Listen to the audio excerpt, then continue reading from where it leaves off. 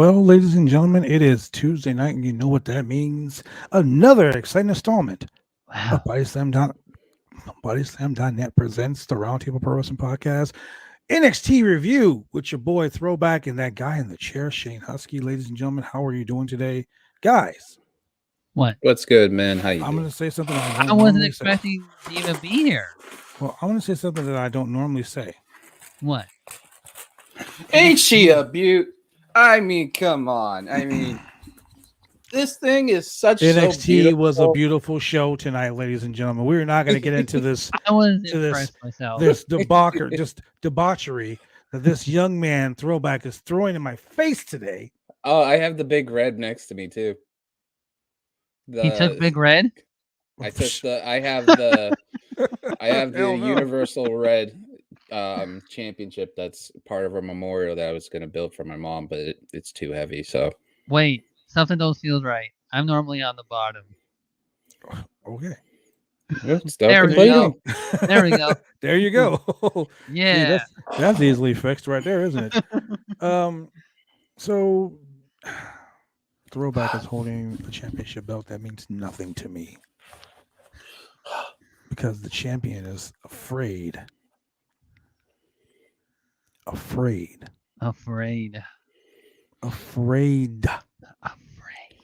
Anyway, let's get into this, man. Because look, NXT. I mean, how can I describe NXT? Usually, it's a dumpster fire on top of a shitstorm on top of another dumpster fire.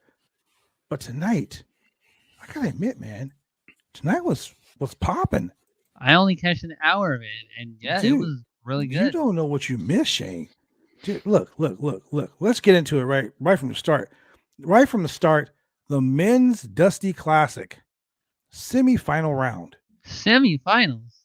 Man, the Creed brothers versus the Grizzled Young Veterans. Grizzled Young Veterans. And look, Throwback, I don't know what you thought about this, but right from the start, during the Grizzled Young Veterans intro, the Creed brothers were not having that shit. It was straight fire. It was like watching the AEW show. What? Yeah. Excitement right from the beginning, Shane. You don't understand. What? Right from the beginning. Are you trying to make me a regular on this show? And on top of that, it's a stark contrast considering how Raw started up this week. So I mean, oh yeah, it's a feeling great when they do this, and especially how quick it went, and then just how brutal the match was physically. I was listening to Turnbuckle talk on the way home from work today, and I said said in a message that it's kind of like that whole thing from Raw was kind of like who's smarter than a fifth grader, except none of them were fifth graders. Exactly, and they sure so weren't smart. But with it was just brilliant. The way just to get these guys going, get it straight out the bat, and get it out of the freaking cannon. It was an awesome match. Look, I gotta say, I gotta watch the way they came out the gate. They came out the gate and it was just like boom, boom, boom, boom, boom, boom, boom, boom, boom. One of the very best matches I've seen the Creed brothers wrestle, and the Creed brothers are green as goose shit. But for them to have such a great match against the Grizzled Young Veterans and the GYV, as I like to call them, if you hang Zach Gibson's shoes off, put on a great match. James Drake, Zach Gibson, by far the best tag team in NXT right now. But the Creed brothers remind me of a young Steiner Brothers gimmick. Like they came out of the box ready, and Brutus hitting those big suplexes. And the thing that really got me was so I don't know if it was Brutus was in the ring, but Drake was his brother, the other one. Drake, right? Yeah. Drake was the legal man. He stopped him from hitting Gibson. Now here's my thing though. Here's the thing. Oscar in the chat. It doesn't matter. Like the Creed brothers obviously won the match, but it doesn't matter because the announcers were like, hey, if that was really smart of him to do that, because if he would have hit Gibson, they would have got disqualified. Why?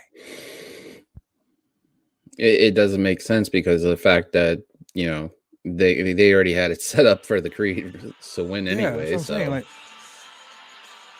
Whose music is playing? That was weird. That was Mm. not me. No, Shane, my you sure that phone's wasn't off. you? I'm pretty sure. Huh, that's weird. Ghost.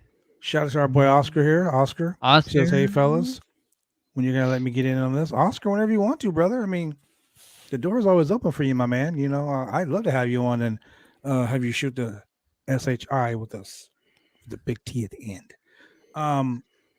But yeah. So, what do you think about this match? Throwback. What were your thoughts about the Creed brothers advancing They to the are finals? freaking awesome. I'm ecstatic.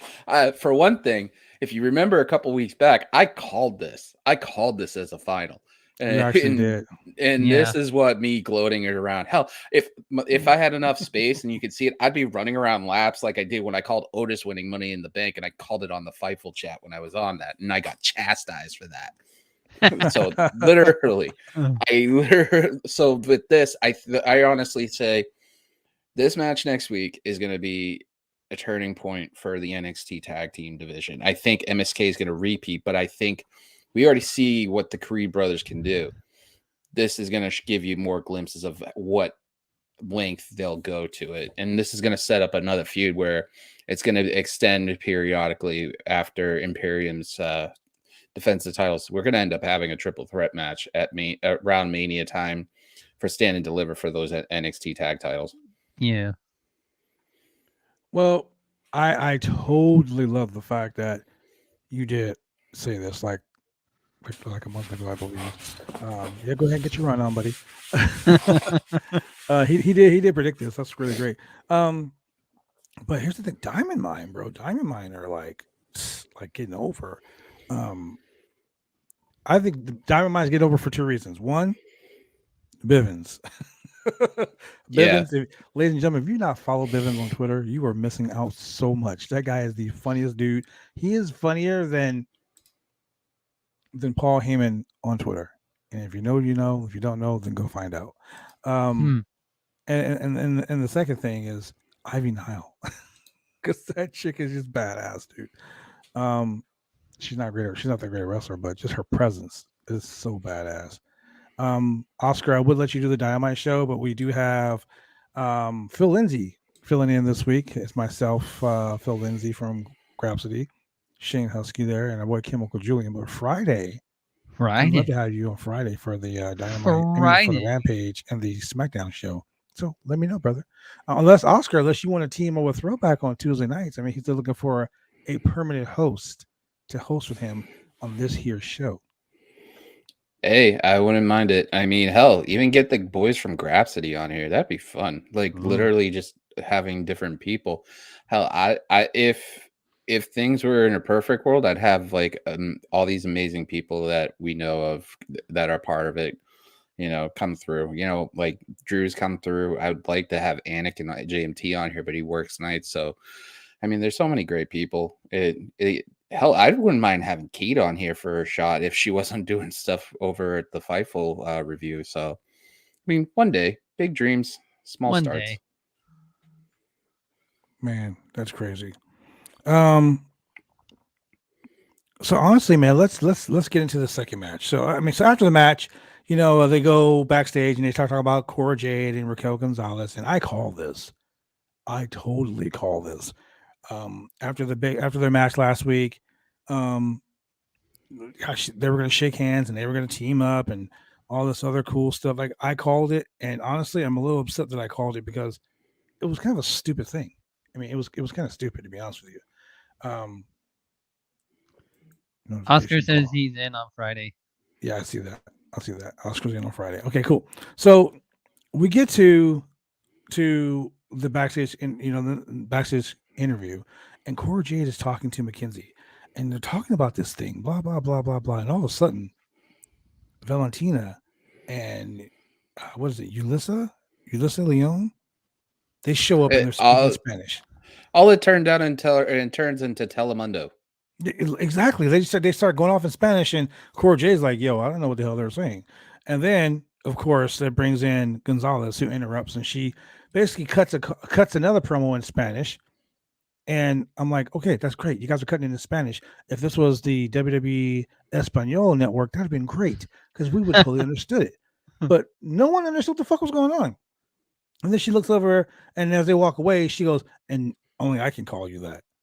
And Cora J and Mackenzie Mitchell were like, "What?" What? Yeah.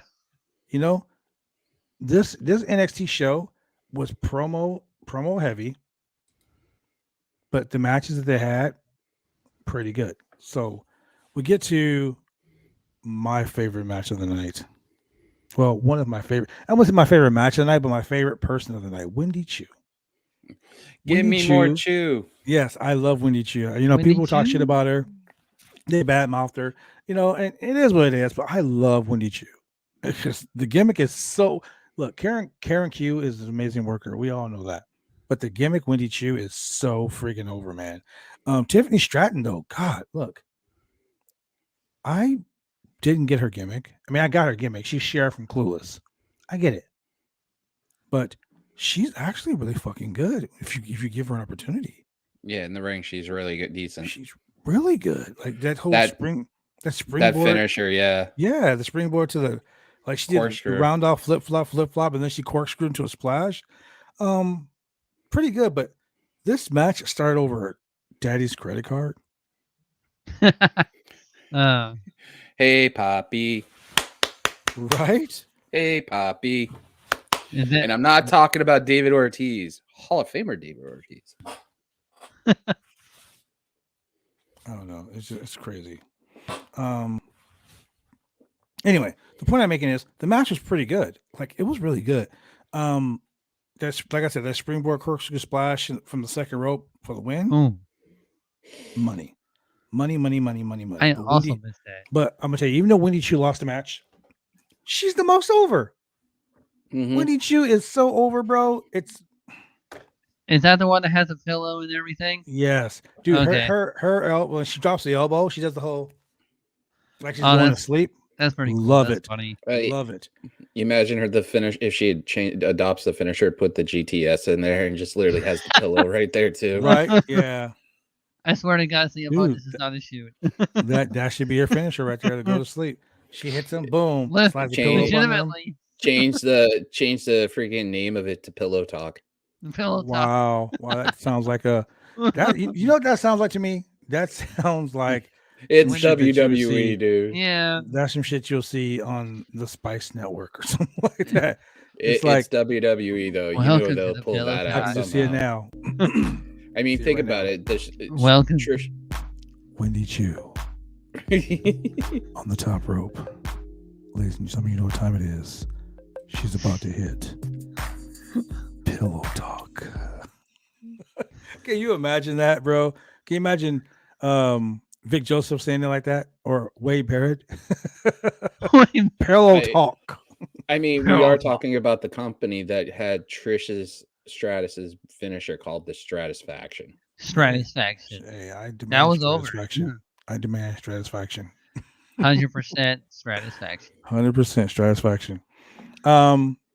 So then we go back to footage of Draco Anthony being approached by Joe Gacy and Harlan. I can't stand Harlan. Yeah, You know, the Boys of Grapsody made a point that they pointed out that Harlan is just he's a cheaper version of Kevin Kelly nails. Like, dude, I don't know. I just, first he was the second coming of Brock Lesnar, and he He gave was the himself eater of all demigod. worlds or something Yeah. like that. no, he was the destroyer of gods. Yeah, the destroyer of gods. He Like- gave like- himself that. You don't give yourself a nickname first and foremost in any No. fact of life. You really don't. Just, oh yeah, well, I'm the destroyer of gods. I'm the pimp of all players, and I'm the daddy Mac of the Mac Daddy. It's like you don't give yourself a nickname, stupid. But apparently, Joe Gacy approached him and He said, a bear? Hey man, don't you shouldn't beat yourself up about losing. It's okay. And you know what? If you need to talk about it, we're here to listen. So, in my opinion, Joe Gacy's gimmick right now is he's that creepy like televangelist. I was just gonna say that he reminds me of those freaking 6 o'clock in the morning church kind of thing. Like Jim and If Tammy Faye anybody goes Baker. to, by the way, Like, this is no, not an you know what? opinion Who that he really states reminds from me of? bodies land on it. So basically, what you're saying, ladies and gentlemen, these are Throwback's opinions and his opinions only. They do not reflect those No. of bodyslam.net. Hi, Drew. By the way, he freaking popped in and he says people know who giving he really themselves reminds me nicknames of? are so uncool. Yeah, people who give themselves nicknames are so uncool. Big Yeah. Money Drew. You didn't join the right team, Drew. Oh boy. Man, who gives himself nicknames? Who does that? Hey, shout out to Drew though. Drew's a good dude. He just chose Drew's the wrong great. team. It's all right. Anyway, so we go to the next match, and well, before we go to the next match, Pete Dunne. Oh my God, The Pete finger Dunne. breaker. I just gotta say, dude, I ain't afraid of nobody. I'll fight anyone, any place, anytime, anywhere. You would have fight Pete But I Dunne? would think twice about fighting Pete Dunne. Yeah. Okay, because sometimes when a man is 12 eggs short of a dozen, that's pretty bad. And Pete Dunne comes running out to the ring, and he's carrying that cricket bat again. The cricket So, bat. Is that Pete- like the actual weapon right now? Well, Yeah, for let, him primarily, yeah. let's let it all play out because it gets worse. So before we keep playing it out, what's up with these Brits and having a weapon in the ring right now? Right? Wow. Right? Look, you got Kaylee Just Ray with a because- friggin' bat. Just because Sting did it first, they think it's cool. Hey, I don't know, man. Sting is but- the only one who but should look, carry the weapon. you're And talking Triple about H. you're talking about someone having a weapon. So Pete Dunne, basically, Pete Dunne defeats he defeats Draco Anthony or whatever his name is. Yeah, Draco Anthony. Relatively Draco. quickly. But it was a pretty decent match. Draco Anthony, he's still green behind the gills, and he really needs to start paying attention. Oh, yeah, we'll talk about Braun Breaker too. But he's still a little green behind the gills, and it was a pretty decent match. But Joe Gacy and Harlan were once again standing there watching, wasting their time. Like this. And out of nowhere, Tony D'Angelo comes with a crowbar. Tony does a- D'Angelo. A wild swing, he misses. So what's crazy is he swung the crowbar, and Pete Dunne ducked the crowbar, slid back in the ring, hits the bitter end on Draco for the win. Right? So that right there was kind of a waste of time. He should have just did something at the end of the match, in my opinion. So Pete Dunne won the match, but Pete Dunne went all crazy and just went into the ring and start grabbing tools and just grabbing all kinds of crazy shit, just grabbing everything. And he throws the toolbox in the ring. Yep. Oh no. Chairs, toolboxes. ECW, man. So he does something that I found really cool. He basically made up a new cage match. Weaponized. A weaponized cage match. Yeah, but it didn't Moxley did that with, I think, Jericho a few years back. It was called the Asylum. It was match. called the Asylum match. Yeah, but that was different. That was different. And that was called pretty the Asylum stupid. match. They had to bitch the plant on one of the weapons. Like, come on now. Man, I'm just saying. It was a crazy. That is true. crazy thing. TNA started that. So he sets the match up for next week. So next week's show is pretty stacked. It's stacked. It's stacked from top to bottom. You want to know the worst part about it? Santos Escobar. Hold on, we'll get to that. But the worst part about this whole thing is that NXT has set up a pay-per-view level show with 1 week's build. That's better than the Elimination Chamber, better than fucking the Rumble, better than the main roster. It's crazy. And ladies and gentlemen, if you know me, you watch Monday, Wednesday, and Friday, you know how bad I fucking think that WWE writing is. It's pretty bad. And you know that I couldn't stand NXT because of the 2.0 stupidness. But shouldn't even be called 2.0. I'm just going to say right now, 2.0 is kind of growing on me a little bit. I mean, it's also interesting that they hinted out some of the stuff for the Dusty Cup too in this show, and this is supposed to be their quote unquote go home show for Vengeance Day. So it was their go home show. A lot of matches. Okay, so there are a lot of matches that happened that were building up to something good, but then there was a lot of stupid shit. Okay, we'll talk about that stupid shit in a minute. But LA Knight. Yeah. Well, we go backstage. Io Shirai and Zoe Starks are talking. They're talking about the Women's Dusty Classic. Starks mentions that that Io Shirai needs a partner because Starks is still injured because she has the big knee brace on and everything, whatnot. And apparently, remember that Io Shirai's gimmick is that she doesn't like anybody, and that she doesn't speak any good English and all this other shit. Well, she spoke pretty good English tonight. She was like, "Okay, sure, you're right." You're right. And then she was like, I have someone in mind. And she was like, Starks was like, well, tell me. No. And she just walks away. So we find out who that person is at the end of the night, because basically what Starks was saying is you need to find someone who's as crazy as you are. Crazy. Yeah. And lo and behold, it's too. Heck with it. Let's screw it. Screw this. Why don't we just go right to it and say it? You got two batshit crazy, one British and one freaking Japanese woman going all crazy. I absolutely love the fact that they have the longest reigning NXT UK champion with one of the best NXT women's champions. And I'm gonna say this right now because we haven't done predictions for the tournament for the women's side yet. I originally said it was going to be Kaden and Casey, but now I just seen like WWE writing, like you pointed out. Sometimes they're really they just showed really you the match. predictable. They showed you the finals already. Yeah. They just showed you literally who is going to win it. So you have Raquel and Cara going to be in the end, and now you have Kaylee Ray and Io. So you already have telling us, well, Io and Kaylee Ray are going to win it. Exactly. It's the same thing they did a few years ago when they had Ciampa in there. They had Ciampa or somebody else saying like, oh, they were going to win the whole thing right off the bat until someone got hurt. Yeah. I mean, it happens. It happens. And speaking of it happening, ladies and gentlemen, we're going to go to a quick commercial break. And then we're going to come back and we're going to bring on our boy Parrish, who is all about winning another champion in the professional wrestling game. Yeah, so ladies and gentlemen, we will be right back after these commercial messages. Remember, AEW is tomorrow night. Yes. With the big surprise. Yes. Yes. Drive me insane! All these rules are lame, cause they're taking all the fun out! Drive me insane! All these rules are lame, cause they're taking all the fun out!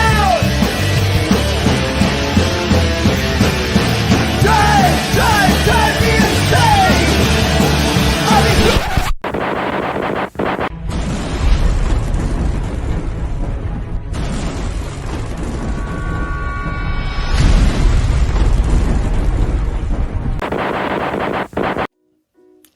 When you want to get your hair cut, you go get your hair cut right. You head down to Big D's Barbershop. Big D's Barbershop, Vancouver, Washington's best and brightest.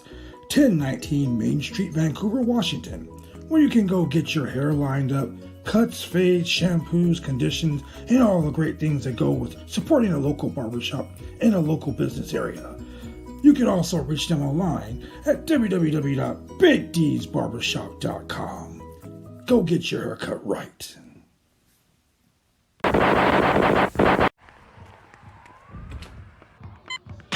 These are more than just the sounds of a safe place to go after school.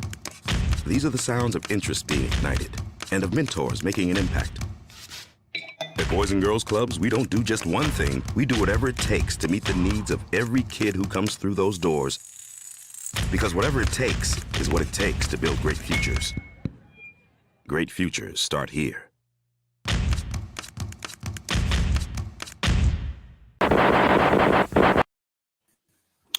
And we are back, ladies and gentlemen. And you know what? We got your boy Parrish on. Brother, welcome. Hello. Thank you. Hello. Man, Thanks for having me. it's nice to have another professional athlete on the show. Right. What's up, bud? How you doing? I'm doing a lot better now. So, Parrish, I don't think you've ever met my boy Shane. Shane Husky is the man in the chair, so to speak. He is our guy. Nice to meet you. He's Nice our to guy meet that you. does all the fact checking for us, although he hasn't fact checked anything in the last couple of weeks. But you know, he's too busy. I mean, For a there minute hasn't there, been anything to fact. So yeah, literally, it sounded like from my end you said said he's fat checking. So I mean, do you have a I problem will with tell you fluffy this, and people? ladies and gentlemen, Yeah, I'm pretty hot and tempting. those are throwbacks comments, and those are the ones that do not reflect those of Roundtable Pro Podcast NXT or by SM.net. Shane has been known to fat shame once in a while on the show. So I have Shut up. not. you did it one time, Shane, and that's all it takes. So you mean to tell me when you don't see a big person doing a Okay, senton- so ladies and Can gentlemen, we those are mute him, Shane's comments. His please? comments alone did not reflect those of BodySlam.net or the Roundtable Pro I got it from a Twitch streamer that I watched. New Hey, Legacy Inc. Go Hey, watch Oh them. no. You can go Twitch yourself. How about that? Reality being determined by Twitch. Can we put him in the corner? Can we put him in the corner and put him in Oh, timeout man. for right now? Hey, Oh, no. hey, I've learned something from Sean Ross Sapp. I'm now the great muter. Anyway, so I can mute Shane whenever I feel like it. So I wanted to say this while Paris is on. You feeling a lot better with the whole thing that you've just gone through in life? Oh yeah, no, I mean I got tested for positive. I tested positive for COVID last Wednesday. I even told my wife, I was like, if COVID was not a thing on Friday, I'd be going back to work. I'd be fine. It honestly did not hit me that hard. Trust me, I feel you. I literally just got over it myself. 11 days of doing nothing but content because that's all I could do. Couldn't leave my fucking house. I totally get it. I'm glad you're feeling better though. Yeah. Shout out to you for, hey, look at me, man. I mean, it's over and I'm still drinking orange juice like it's no tomorrow. I literally just went down like a 4 liter in like the last 2 days. Exactly. But That's I all didn't- right. Pretty good.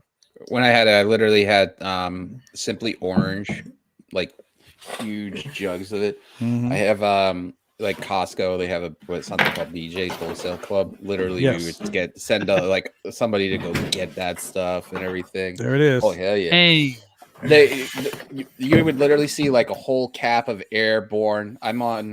I was on some vitamin D deficiency medication. That would be right next to it.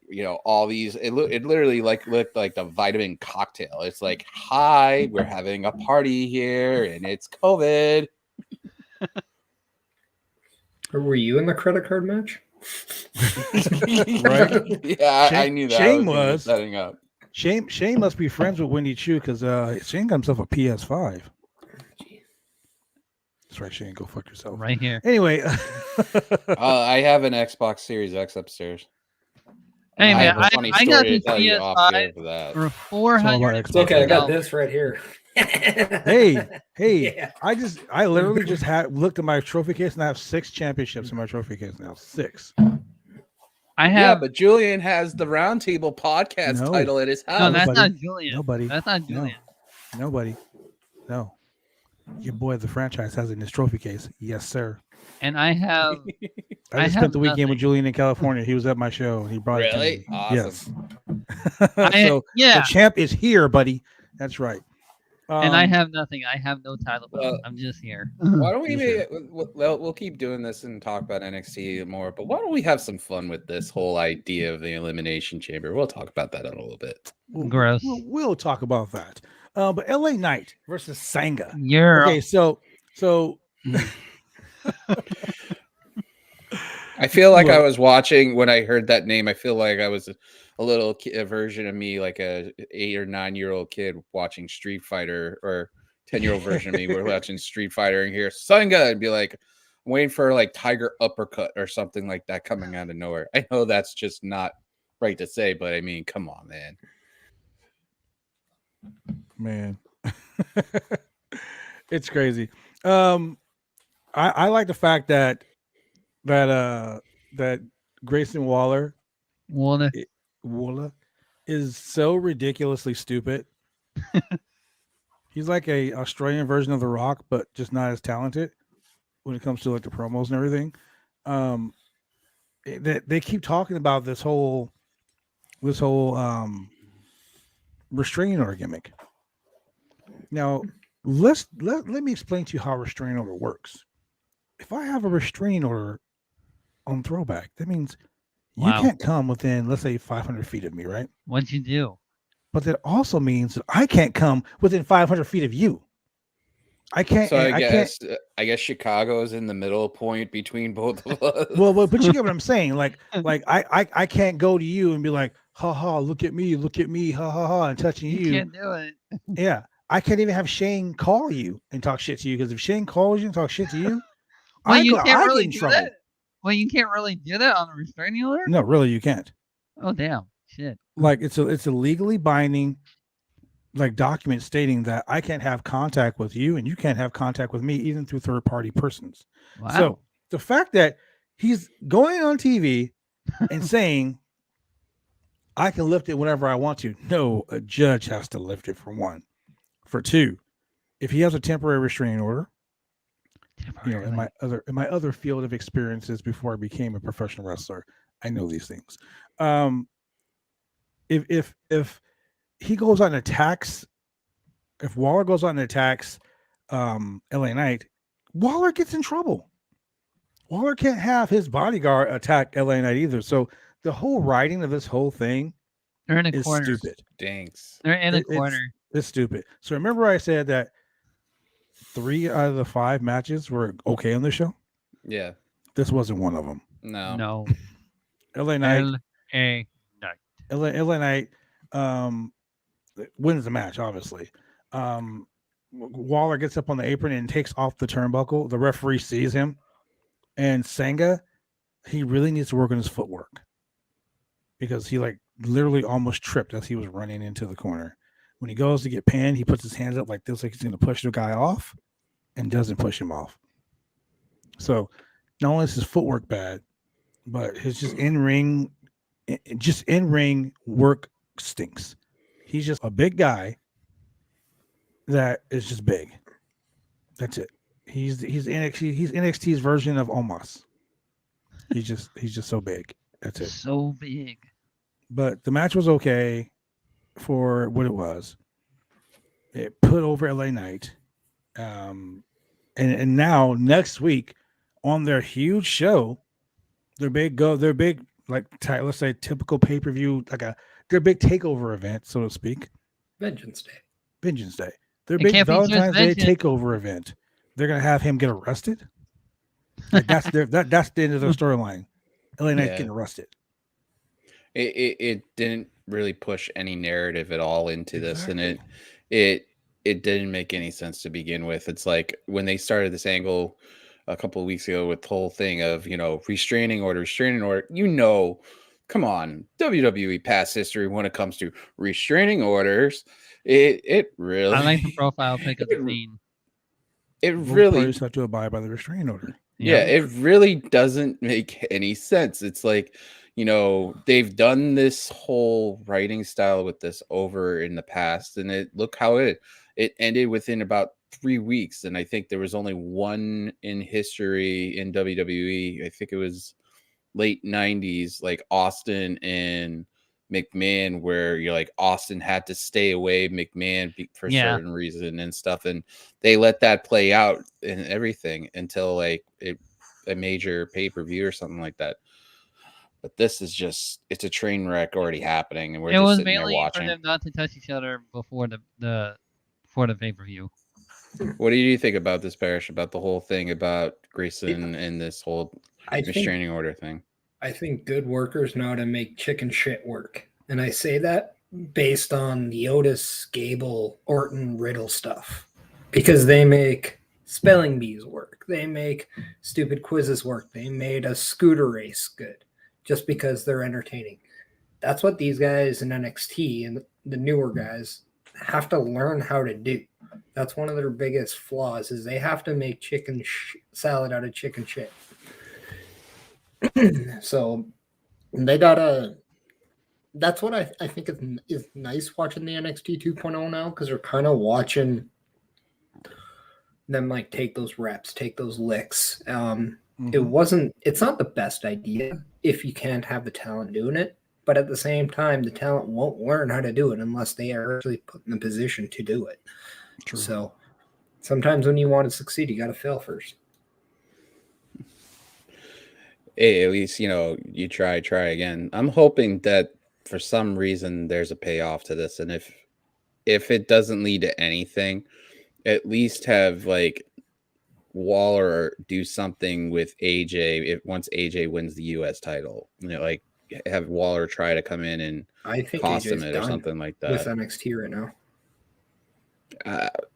It could be a possibility he's done now, but not for long term. Oh, Well, I know they were talking about it, and it's been like heavily speculated that LA Knight was going to be one of the people that showed up at the end of WrestleMania. So I don't know. Like I wouldn't be surprised if LA Knight gets that big win just to close out the angle. Then like the nice thing about Grayson Waller is he's getting his heat, and he's keeping what he's doing relevant by getting his heat. So the nice thing is a lot of times WWE forces, and I think I find this in NXT more than the main roster, but they'll give the heel the win if you're setting somebody off. look what they did with Gargano. They had Waller come out and beat the shit out of him, and run him off completely. But this is a guy, like, it doesn't matter if he loses because he's good enough to get his heat back by doing some of this dirty stuff. And if he's able to do that, then they're just finding that long-term fix. What I think they need to do is they need to find a spot where he's actually comfortable in, because right now it looks like when you're thrusting him into kind of a position with AJ Styles, he did not look that comfortable wrestling AJ Styles, in my opinion. No, he did not. AJ carried him so much. Yeah. And that's the thing, like when you're building a story with someone, like for instance, this Sunday, I'm working a match with a guy for the North American Championship that is not on my level. I'm just gonna call it what it is. He's not on my level. My job is to bring him up to my level, to make him look so good that the next person he faces that is on my level will be like, okay, so now this guy is ready for the big time. But the guy that I'm facing has to be able to step up to that and actually work that style so he can get to that level. Grayson Waller was nowhere near AJ Styles'. And AJ can do AJ can do everything. AJ can carry anybody. He can do all the heavy lifting. You know what I'm saying? Like he can do all the heavy lifting, but the problem is all this heavy lifting that he's doing isn't going to help anyone else if they can't help themselves. Like my point is, like, Grayson Waller looked comfortable doing all that stuff outside of the match, right? I find that he is basically a borderline second coming of Alex Riley. Wow! If he starts doing the fucking dance, dude, I'm done. If he doesn't dance, not I'm Alex be like, I'm out. Alex Riley, like the Miz's old sidekick. Oh, you're talking about Alex? Are you talking about the Miz's old partner, Alex Riley? You're thinking Alex Wright from WCW. Come on, the theme song by Downstate. Like, come on now. But because I didn't think Alex Riley, when he was brought up with the Miz out of that season, was that great in the ring, but he was really good on the other stuff, like knowing how to help someone. Like, and I think that's kind of his niche right now until he learns how to do that. He was a good sidekick. I think if he was to be put in with somebody kind of like a Miz who's better, well-rounded, and more complete in both of those things, that's where you're going to see the steady incline and growth for Grayson Waller. Not him as his own act, but as a sidekick. That's why it'd be very, very interesting to see, and I know you'll get to him later, but with the guy that came down from the main roster, that's a great guy that I would pair him up with. Okay. That's the next segment, but I will tell you this right now. When I saw that and I saw the partner that he paired off with, I literally took my wallet out of my pocket and said, "Here at WWE, take my money." Okay. I was like, "Take my money, please." The reason why I said that. Feeling all right? Hey, the reason why I said that is because that's a dream match. Like those two guys. Remember what I said about bringing someone up to your level? Mm-hmm. Well, I gotta say this right now. Dolph Ziggler is the man. Dolph Ziggler has been a guy that has carried so many people. Yes, he has. And made so many people look so good. Yes, he has. And look, even him losing, and we talked about this a lot on the Raw review and stuff like that, but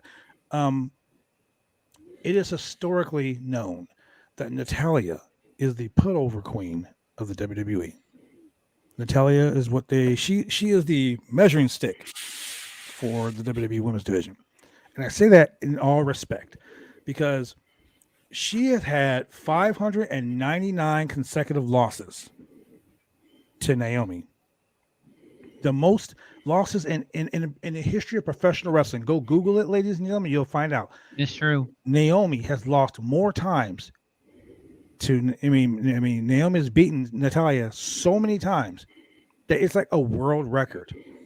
Okay, but Naomi doesn't look. I mean, but Natalia doesn't look diminished in any one of those losses because she's putting someone in a position to where now they're going to be elevated.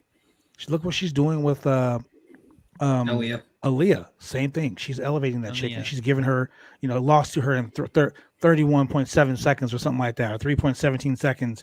Like, it literally takes that long for the ref to get out and count 3. Okay, so she's putting people over. Dolph Ziggler is the same way. Dolph Ziggler is the guy that, okay, we're gonna push this guy to the world title. Let's put him in a feud with Dolph Ziggler. Let's see how it can work. Jamie Noble was that guy for a while. If you go to a WWE tryout, Jamie Noble was the guy you had to work with. Scotty 2 Hotty was the guy you had to work with in order to get you got past him. Then you're freaking good. And if they don't like you, Hardcore Holly was the guy you had Hardcore to Holly's work the guy. with. Yeah, exactly. They don't like you. They just don't like you. Hardcore Holly needs to kill you, and you get past him. Then hey, Bradshaw, How do you like her now? Go smash this guy real quick. But so tonight we had in my opinion, the funniest segment of the whole night. And it was funny because of one person, Braun Breaker's comment. So Santos Escobar is in the ring with Legado del Fantasma. There's a table. It's contract signing, ladies and gentlemen. WWE is notorious for this contract signing. Mm-hmm. Yes, they are. So Braun Breaker comes down and he gets in the ring and says the funniest shit in the history of professional wrestling. He says, well, there's a table here, and we all know how these contract signings go. So why don't we just push the shit to the side and just go? I was like, that right there just showed self-awareness right there. The writers actually wrote something into a script that was funny. Yes, because they basically would like the coexist thing. They basically I've seen McIntyre do that before too. It was just funny that he said that like that too. I feel like the creativeness understands that nobody buys them, and instead of just being on like the end of the on the other side of the coin and being smart and not do them, they're just gonna make fun of their own segments because it's not gonna be funny to other people if we do it first. Exactly. But I mean, here's a better idea: just don't fucking do it. Here's the problem with that. We can say that all day long. Just don't fucking do it. But guess what they're gonna do? They're gonna keep doing it. Keep doing it over and over again, like missionary. But so Braun Breaker's out there, and they're basically going over. Yeah, exactly. They're basically going over, everything. And Escobar says, while people like Paul Heyman are calling you the future of WWE, just shooting the shit. Like, wow. Then, Breaker, he's like, I'm plotting while they're calling you the future of the WWE, I'm plotting ways to end your career. And as soon as he says that, Dolph Ziggler's music hits, and everyone's like, what? Like the crowd is like, holy shit. Like I was typing on Twitter. I'm like, okay, wait, Dolph Ziggler? What? Right? So Dolph Ziggler comes. Dolph Ziggler shows up in NXT, and boom, he comes in, he sits down at the table, and Dolph Ziggler just commenced to just shoot the shit. Yeah. And everything that Dolph said was true, of course, because he's Dolph Ziggler. But as he's talking, more music hits. More. And of course, it's the daddy of NXT, as he calls himself, Tommaso Ciampa. Tommaso. Now, they go back and forth. The fact that he pulled up a chair and sat next to him and sat face to face with Ziggler and was talking to Ziggler, I was so, like, don't get me wrong, I was so fucking excited. Like, I felt like Shane was a ball of blue chew. I was excited. And it was just the simple fact that, like, I had dreamed of a match like this. Can you imagine? Tommaso Ciampa versus Dolph Ziggler? Two dudes to go out there and they bust their ass and they make their opponents look like $1 million every time. Dolph Ziggler versus Santos Escobar. Come on, No. man. That's gonna be okay. No. But Dolph Ziggler versus Tommaso Ciampa, Yeah. that right there to me, like I said, take my money. I am here for that. That NXT just won a new fan over within me. If they make a program out of that. It's going to be an awesome match when they do that. That might be something where it's a possibility. I'm just going to throw this out there if we're looking at, after Elimination Chamber and stuff like that, that I wouldn't be shocked that, like, we're already predicting that the NXT title is going to be on either night 1 or 2 at WrestleMania. I wouldn't Because mind it. if they keep it off Stand and Deliver, then that would make sense. You could actually have the NXT champion work double duty that weekend.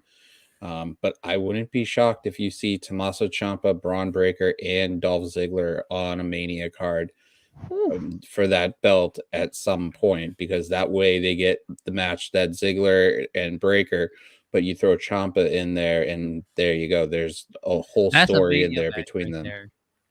I mean, you might as well add Santos in there if you're doing that, though, shouldn't you? Well, and that's the thing, because you got Santos versus Braun Breaker for the NXT Championship. Then you got Dolph Ziggler versus Tommaso Ciampa. Now, what fans were chanting were four-way. Can you imagine a four-way Yes. with Santos, fucking Breaker, and then you throw in Dolph Ziggler and you throw in Ciampa? Ciampa? Like, dude, take my money. Exactly. And just because you're not doing anything with him on Raw, why not have Bobby Roode come in and help Ziggler or something like that, right? Yes. And like No. how much better would it be for Breaker moving forward if he had guys like Ziggler and Roode to work with and establish himself even more so as the guy in NXT 2.0? Ooh, the Dirty Dogs against Imperium. But here's the thing, though. Like, here's the thing, and this is, I don't want Robert Roode to go back to NXT for one reason. If he goes back to NXT, he doesn't need Dolph Ziggler anymore. Like, dude, he goes back there straight up glorious. It's gonna be over. Like, you guys are he's going the Ric back Flair of to NXT permanently, though, right? And like, they're gonna do like maybe a couple months or. I would want him. WWE realizes, we actually do know how to use tag teams for like a week. I would want him there permanently. That's the problem. Because you put him back there, dude. He, as much as I'm gonna probably throw some heat on Twitter, so don't at me. Fuck it, at me on Twitter. I don't care. Yeah, do it. Yeah, Twitter's so positive anyway. You need to get some negativity in there. I know, right? Shit. But seriously, man, like, dude, if Dolph Ziggler goes down to NXT, that's great. But if Robert Roode goes down there, Robert Roode is the fucking Ric Flair of NXT, bro.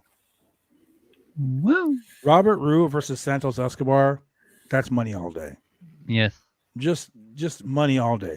Now, if you brought Santos Escobar, Robert Roode, Dolph Ziggler, Tommaso Ciampa, Braun Breaker, and let's say Shelton Benjamin, that would increase the marketability of NXT's men's division. You know what you do with Shelton Benjamin if you bring him down to NXT 2.0? Make him the gold standard. You have him work Carmelo Hayes. Oh, bro! Yes. Can you imagine? That would be so good. Oh man, Shelton Benjamin. Carmelo called himself the A champion, shooting his shot. He never misses. He needs That's okay because Shelton Shelton Benjamin is the gold standard. Yeah. But imagine those two together in any faucet. Like that's good. Carmelo Hayes has his sidekick along with him. Shelton needs to bring Cedric. Hell, I'll even throw a name that would be interesting to go back down to NXT since we're putting these names: Ricochet and Carmelo. Oh yeah. Well, yes. Yeah. I would love to see that match. Yeah. You know who'd be a great guy to actually go and work with Carmelo? But you kind of have to bring him back as a face. Sami Zayn. Oh my god. Dude, Sami Zayn. Sammy's Just Sammy's a spear- god. Okay, let's just. I don't like the way WWE is. Dude, all Canadians are God. Come on. Well, I mean, of course. True. Come on. You know, True. come on, man. Our girls beat you the other day, so Ha Yeah, but the thing about it is that this is Damn. the Miracle on Ice jersey. So I mean, hey, I'll Yeah. take the Miracle on Ice. Well, we We'll don't say even know this. for sure that that's because you guys is from playing Canadian. hockey is a miracle on us. That jersey says that jersey was a miracle on us, but that game the other night wasn't. Anyway, so this whole thing ends Love with you, these guys Throwback. brawling, and it, like the boot that he fucking gave. Tommaso Ciampa booted the shit out of Ziggler. Out of I that need shit. to like watch this clip on YouTube for the Ziggler part. He literally landed awkwardly too. He literally just went right through ropes, and all of a sudden Right you through just the see ropes, his head go right down. Ciampa's going right after him, and then all of a sudden, just like no one's paying attention to what's happening in the ring. They're all paying attention to Ciampa. And I will tell you Ziggler. this, just like just like Braun Breaker said, it always ends in a table break. But Legado del Fantasma put him through the table. But Braun Breaker but was laying dead. does Dolph Ziggler know Steiner math? No, he was Steiner's no Steiner math. Yeah. Nobody who Apparently. graduated college knows Steiner math. Right? Yeah, yeah, exactly. So then we have Surrey versus Dakota Kai. Okay, now Dakota Kai. I love Now, Surrey. I want to Glad say she's this, back. right? Natty is the measuring stick on the main roster. Dakota now is becoming that in NXT for the Yeah, women's she is. division. Yeah, she is. The fact that Surrey, If Bailey Okay. needs a sidekick, by the way, on the main roster, Dakota Kai is that perfect Yes. person. yeah, Yes. she's the honestly antagonist. I think Dakota and Alexa, the way their characters are, where Dakota's like hearing voices in her head and she's questioning everything, and you know those segments with Alexa and stuff like that, the way they're heading towards it, I wouldn't be surprised you see both of them working with each other at some point. That'll be very interesting. Roman Reigns could say for the guys that he's on God mode, but Alexa Bliss is in God mode when she works. She is heads and tails better at playing a character than any other Yes. female in professional wrestling. People can at me on that one. Bro, did you see how she broke You- down and cried? Like at the She end of main this evented match? a Mania feud by herself with Randy. Yes, she Orton. did. Right? Yes, she did. Yes. Alexa Bliss, the goddess. But I mean, it is like that's neither here nor there. We know good wrestling. We know good wrestling. I'm gonna vote for Loki. Saray, the WWE has this thing about racial insensitivity. I'm just gonna What? call it what it is. Racial insensitivity. Because Yeah. not all black wrestlers rap. Not all black wrestlers dance, shuck and jive, and all that other shit. Right?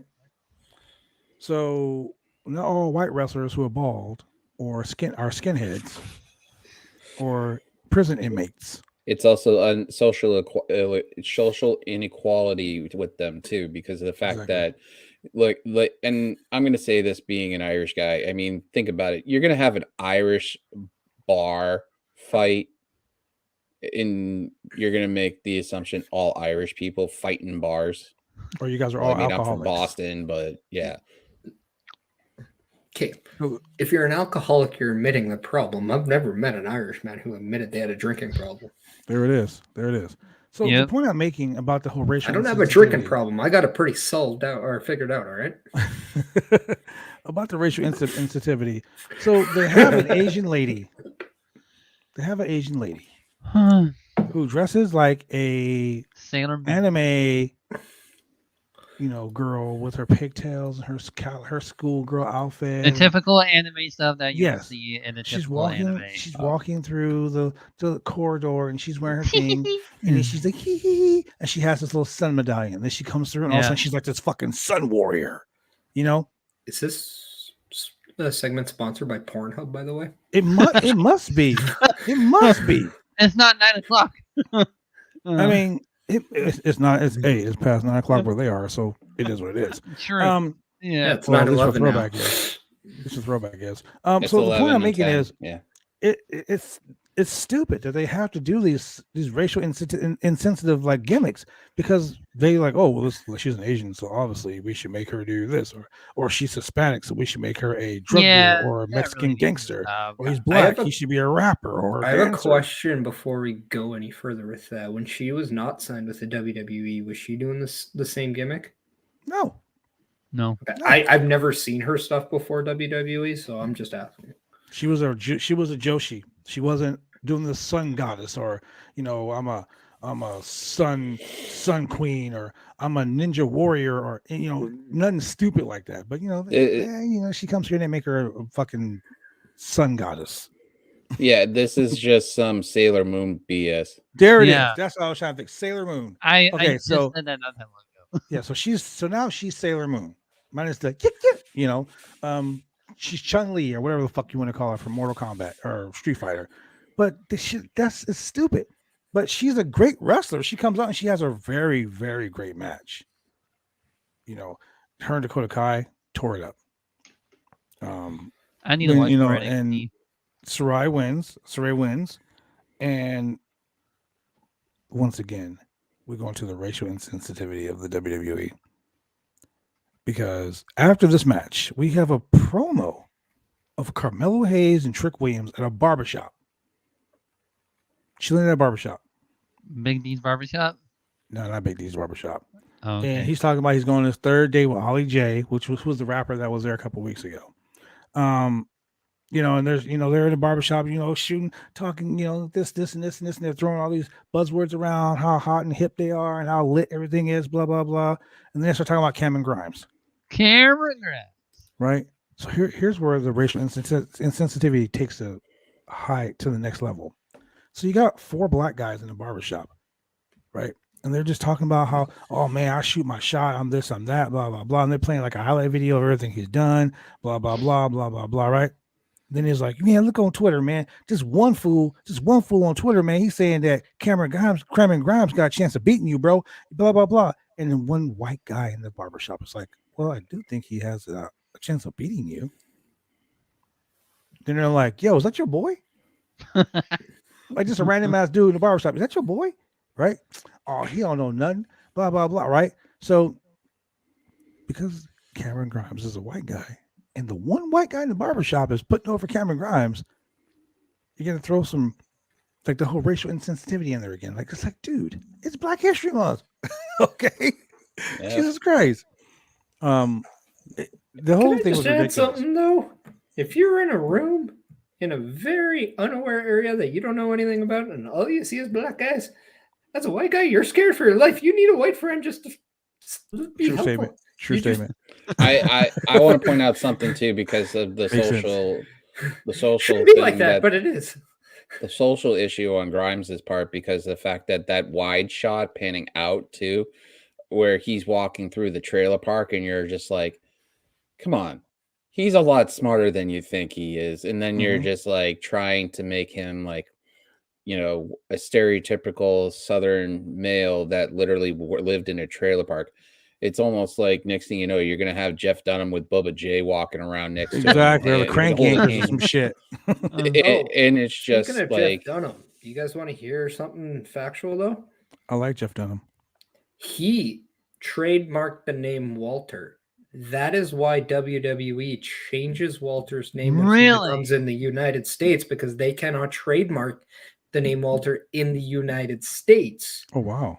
So now that he's actually in the United got States someone to working blame with then. WWE, that explains the name change now, because Jeff Dunham actually trademarked the name Okay. Walter. Well, that's some shit. Shout Now- out to Jeff Dunham. So we know who to blame. just now we can maybe stop the hate on the Gunther thing, because I think that the artist Yeah. himself actually has some say in Yeah. the name, probably not in the last name, but but But As long as he says Gunther is okay. yeah, no, I But- found that tidbit out. But I think it's just, like you're saying about the Carmelo Hayes, skit. I think the same thing goes with Grimes, where it's just like you're pulling back on something where it's just like, Have you ever watched the show? And this is at least it's 11 o'clock at night. Sex Education on Netflix. No. Yeah, I helped wrote it actually. No. Oh yeah, you're all up in there. It has I told Gillian him what you Anderson. can't do because it hurts. I but have not. It's on Netflix and it has Gillian Anderson on there. And one of the characters is her name's Maeve, that literally lives in a trailer park, but she's the smartest person on the entire show. So like it's one of those things. It's like it's the same thing I can equate to that, where it's like Grimes is the smartest person in the room and doesn't get credit for it, but Yeah. they're doing this whole skit with him walking through a trailer park. Yep. Exactly. That's what I'm saying. Like it's ridiculous the way they do this shit. So I'm like totally over it. So then we go to a new vignette for Nikita Lyons. Okay. Who? Now, look, I'm gonna say this right now. Coming soon. This sounds like a better name than the Washington Commanders, though. By the way, She has been getting so much heat from the black community Why? because the WWE got rid of Hit Row. Yeah. And then they brought in a white woman to do what Hit Row's gimmick was. Didn't she Now, do that I stuff know personally. already? I personally know Nikita Lyons. Yeah, she's a she good was on friend of the mine. show before. She's been on the podcast a lot. Don't give it her name. Her name is Faith. Okay, and you can find her on Twitter at Real Faith Faith DJ. DJ. She's a singer. Yes. She's a boxer. She's a martial artist. She's an actress. And she's a generally good fucking person. She is. So the gimmick that they gave her about being in the entertainment world, dude, she's legitly in the entertainment world. She really Like, is. I I played listened to her one of her baby. songs and she's good. I played her Baby You video on this podcast, on the Roundtable Pro Wrestling podcast. It was hundreds good. of times. Like, she's a legit singer. She went before she went to try out the WWE trial in Vegas, before she got signed by Triple H. Before she went and did that, she wrestled for Wild Superstars. She also worked for Floyd Mayweather's boxing gym, where she trained boxers. Wow. She's a legit martial artist. Like, so everything that you see on that thing, what she's doing, like the martial arts and the fighting and the singing and all that stuff like that was her. She wasn't just plucked out of obscurity and made into like a group. It's not actual like WWE makes up stuff that's not even true, but that's actually her. But the whole backstory about her parents, her mom being a groupie. No, her mom and dad are not groupies, and her dad was in the entertainment industry. They're nice people. She's probably watching the podcast right now, so shout out to you, Faithy J. I'm sorry, Nikita Lyons. The point is, she is a great worker, and I'm glad to see she's coming to NXT soon. She's been on 205 Live. Let's hope she does actually come soon, and none of Veer Mahan. No, she's not like Veer Mahan. So oh, you mean where's Waldo? Yeah. We go backstage to Josh Briggs and Brooks Jensen, who are backstage with Caden Carter, another friend of the channel, and Casey Catanzaro. They basically have a date for Valentine's Day next week. Ew, Valentine's. I don't care about those. Like this segment that took 5 minutes was a waste of 5 minutes of NXT's time. Give me Windy Chew on top of the locker again. Come on. Okay, look. Anything with Windy Chew, I love Windy Chew. Karen Q, awesome. Over the fact that Dakota Kai was stealing her shit when she came back after she came back from the ring. She's in her bags going through her shit. That was funny. Anyway, so then we get to the semifinals for the men's Dusty Classic. MSK versus Malik Blade and Edris Onofre, otherwise known as BBC. That's right, BBC. Another great name made by the WWE team. This match I don't think they could use BBC. Oh, they made it mean something like Big Brothers Champions or something. I don't know. It was some weird shit, but they kind of say what it really means because PG. What's the guy's actual first name? I can say what BBC means. What's the guy's actual first name? Malik Blade and Edris Onofre. No. But like the guy that is BBC, what's his actual No, that's the tag team name. No, but what is actual real name though? Oh, real name. Big and beautiful Carl.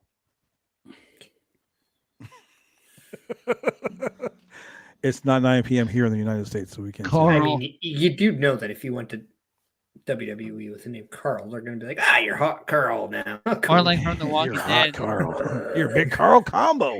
Carl.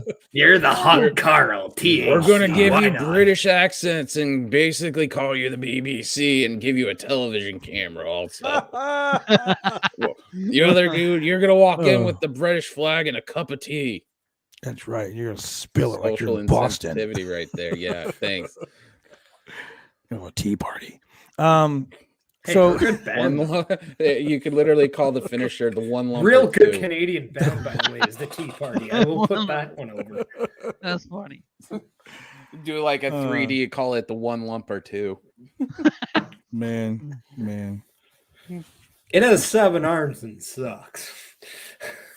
Jesus Christ. Okay, so anyway, so this right here, honestly, I gotta say, this match was a lot better than I thought it was gonna be. Right? It was really good. Like, in my opinion, the wrong team won. I mean, Idris and Ofre. I'm sorry. Let's just, look. BBC versus MSK. I honestly think BBC should have won. I feel weird saying that. I'm gonna add this though. There's BBC always for the win. and Throwback, you're gonna get this reference a lot because you're a fan of the team that has won back-to-back Super Bowls. Mm-hmm. But I like it when a team is trying to, like when Edge won the King of the Ring and he had to beat the winner of last year's to do it. I like it because it's like that added, if you want to be the man, you got to beat the man. And last year's winners were MSK. So now it's like, okay, if you want to be the next Dusty Cup winners, you got to beat the team, right? So it's kind of like, I like that. I've always liked that story because it really makes the team look good when they had all that stupid stuff they did with Riddle. I mean, it was entertaining, but you know, Bro. But I don't know, like I like it because they're gonna make the Creed brothers look really good. My God. But I'm gonna tell you right now, they made an Ofre and fucking Blade look real good. Like this tag team match was awesome. Mm-hmm. You know, this was like and I hate to say this because I don't like Alex Shelley, but this was like Motor City Machine Guns Bucks match. It's a coming out party for Malik Blade and his partner. Like they should have won. It was a really good match, and I would like to see another team elevate it, you know, to the Dusty Cup final, because the Dusty Cup finals, the Dusty Cup was built around building new stars. Dusty Rhodes totally was all about building new stars. So and they will when the Creed brothers beat MSK. Yeah. Now the Creed brothers, I will say this about the Creed brothers: I like their gimmick of being like these super fucking awesome amateur wrestlers that are just tossing people like salads at fucking Olive Garden. I get it. Olive Garden. But I don't think that I don't think they should win, because they already like I don't want MSK to win because they already we're gonna get a replay of last year. Yeah. They're gonna face Imperium for the tag team belts. Isn't that the whole point of this whole journey for MSK and everything?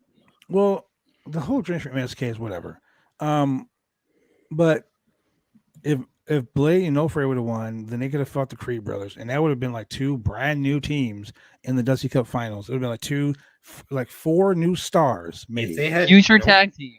If they had an Ofre and Malik Blade against, say, like the grizzled young veterans in the finals and won, they would have looked like $1 million by doing it. Yeah, grizzled young veterans is great. I love those guys. Should just get moved up because they're getting no love on NXT 2.0.